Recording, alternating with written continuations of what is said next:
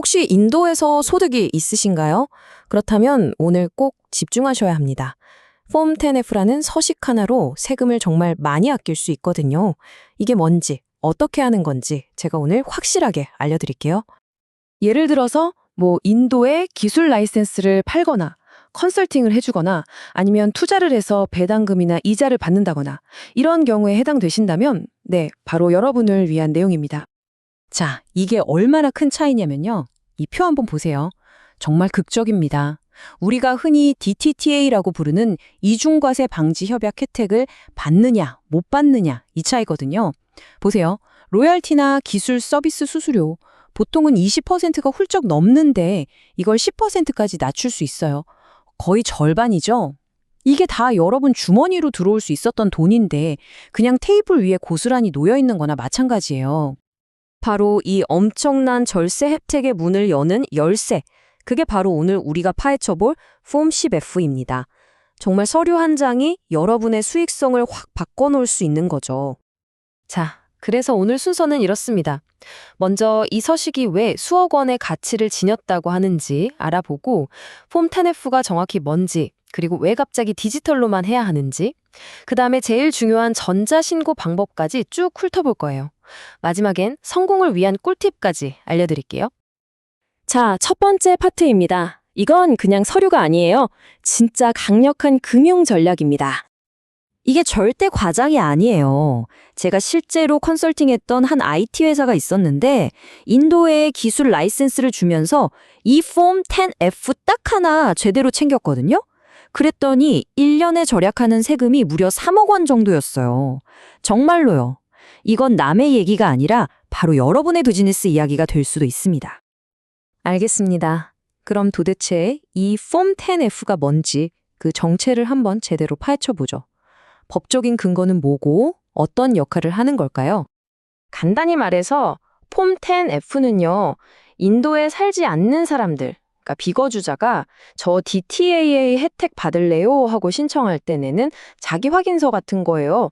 인도 소득세법에 딱 명시되어 있는 법적으로 꼭 내야 하는 서류인 거죠. 아마 많은 분들이 여기서 저는 거주자 증명서, TRC만 내면 되는 줄 알았는데요 하실 거예요. 이게 진짜 많이들 헷갈려 하시는 부분인데 TRC만으로는 부족할 때가 많아요. 왜냐하면 여러분 나라에서 떼어주는 TRC에는 인도가 꼭 필요로 하는 정보가 빠져 있는 경우가 있거든요. 예를 들면 언제부터 언제까지 거주자인지 그 기간 같은 거요. 바로 그 빈틈을 메워주는 게 폼 10F의 역할입니다. TRC의 보완제, 꼭 필요한 짝꿍이라고 생각하시면 돼요. 그래서 폼 10F에는 이런 구체적인 정보들을 적어야 합니다. 개인인지 회사인지 같은 지위, 국적, 그리고 본국에서 쓰는 납세자 번호, 그리고 방금 강조했던 그 거주자 자격이 적용되는 기간, 이런 것들이요. 이 정보들이 합쳐져야 비로소 이 사람은 DTAA 혜택을 받을 자격이 있구나 하고 인도가 인정해 주는 겁니다. 자, 세 번째 파트, 디지털 의무화입니다. 여기서부터 이야기가 좀 복잡해지기 시작하는데요. 모든 게 온라인으로 바뀌면서 판도가 완전히 뒤집혔습니다. 그 배경을 한번 살펴보죠. 원래는 그러니까 2022년 7월 전까지만 해도요. 그냥 종이에 써서 인도 현지 파트너한테 주면 끝이었어요. 아주 간단했죠. 그런데 인도 국세청이 갑자기 이제 무조건 온라인으로만 받겠다고 선언하면서 모든 게 바뀌어버린 거예요. 물론 처음에는 해외 기업들이 팬 번호도 없는데 어떻게 등록하냐 아우성이 많아서 잠시 수기 제출을 허용해주기도 했어요. 하지만 결국 2023년 9월부터는 팬이 없는 비거주자도 온라인으로 등록할 수 있는 시스템을 만들고 빼도 박도 못하게 전면 전자신고 시대를 열어버린 겁니다. 이제는 예외가 없어요. 자, 이제 드디어 실전 파트입니다. 좀 복잡하게 들릴 수도 있지만 걱정 마세요. 제가 이 전자신고 과정을 단계별로 아주 명확하게 안내해 드릴게요. 자, 시작하기 전에 가장 먼저 확인해야 할 게 있습니다. 여러분, 인도의 영구계좌 번호, 우리가 팬이라고 부르는 거, 이거 갖고 계신가요? 아니면 없으신가요? 여기에 따라서 길이 두 갈래로 나뉘거든요. 만약에 팬을 이미 가지고 계시다면 정말 다행입니다. 과정이 아주 간단해요. 이미 인도 세무 시스템에 등록된 상태니까요. 몇 번 클릭만 하면 끝납니다. 자, 화면 보면서 따라오세요. 먼저 인도 국세청 포털에 로그인하시고요. 상단 메뉴에서 이 파일을 누르고 Income Tax Forms, 그 다음에 File Income Tax Forms를 순서대로 눌러주세요.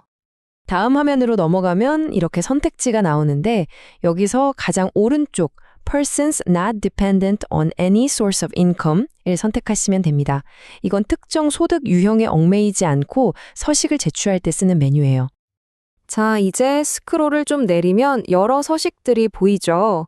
여기서 더블 텍세이션 릴리프 폼 10F 이걸 찾아서 오른쪽에 있는 File Now 버튼만 누르면 바로 서식 작성 화면으로 넘어갑니다. 어때요? 정말 간단하죠? 자, 하지만 대부분의 해외 기업들은 펜이 없으실 거예요. 이 경우에는 폼 10F를 내기 전에 먼저 사용자 등록부터 해야 합니다. 조금 더 할 일이 많긴 한데 이것도 제가 차근차근 알려드릴 테니 너무 걱정 마세요. 자, 펜이 없는 분들은 잘 들어주세요. 단계가 조금 더 많습니다. 첫째, 국세청 포털 메인 화면에서 레지스터 버튼을 누르세요. 그리고 사용자 유형을 펜이 없는 비거주자로 선택해서 등록을 시작합니다. 둘째, 셋째 단계에서는 회사 이름이나 설립일 같은 기본 정보, 그리고 서류에 서명할 책임자 정보를 쭉 입력해 주시면 되고요. 넷째, 여기가 중요한데 미리 준비해둔 거주자 증명서, TRC나 법인 설립 증명서 같은 서류들을 파일로 업로드해야 합니다. 다섯 번째는 본인 인증인데 여기서 꿀팁 하나. 가급적이면 인도 현지 휴대폰 번호로 OTP 인증 번호를 받으시는 게 훨씬 빠르고 안정적이에요. 자, 이 모든 등록 절차가 끝나면 드디어 로그인을 할 수 있게 됩니다. 그 다음부터는 아까 보셨던 펜 보유자랑 똑같이 폼 10F를 찾아서 제출하시면 끝입니다. 네, 이제 마지막 섹션입니다. 이 모든 과정을 성공적으로 마무리하기 위한 핵심 전략들, 리스크는 뭐가 있고 어떻게 해야 잘할 수 있는지 딱 정리해 드릴게요. 만약에 이걸 안 하면 어떻게 될까요?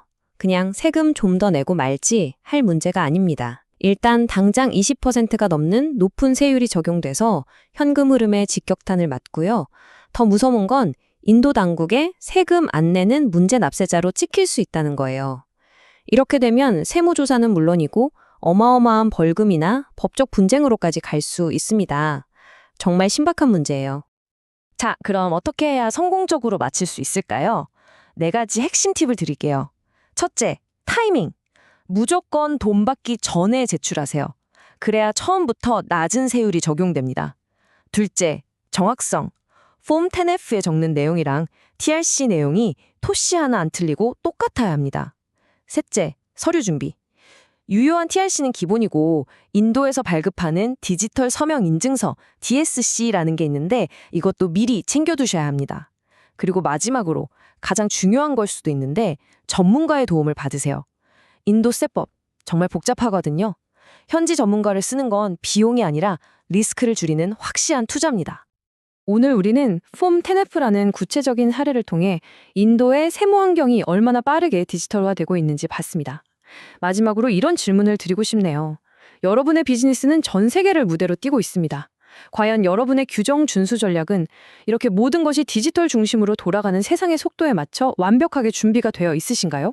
한 번쯤 깊이 생각해 볼 문제입니다.